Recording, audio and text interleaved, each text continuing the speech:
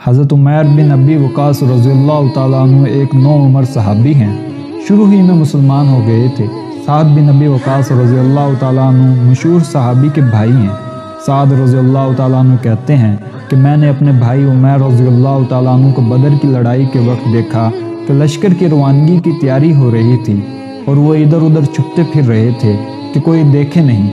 مجھے یہ بات دیکھ کر تعجب ہوا۔ میں نے ان سے پوچھا کیا ہوا، چھپتے کیوں پھر رہے ہو؟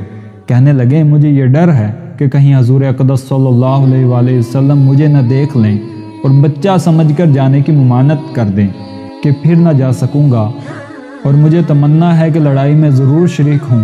کیا بعید ہے کہ اللہ تعالیٰ مجھے بھی کسی طرح شہادت نصیب فرمائے۔ آخر جب لشکر پیش ہوا تو جو خطرہ تھا وہ پیش آیا، اور حضور اقدس صلی اللہ علیہ وآلہ وسلم نے ان کے کم عمر ہونے کی وجہ سے انکار فرما دیا، مگر شوق کا غلبہ تھا، تحمل نہ کر سکے اور رونے لگے۔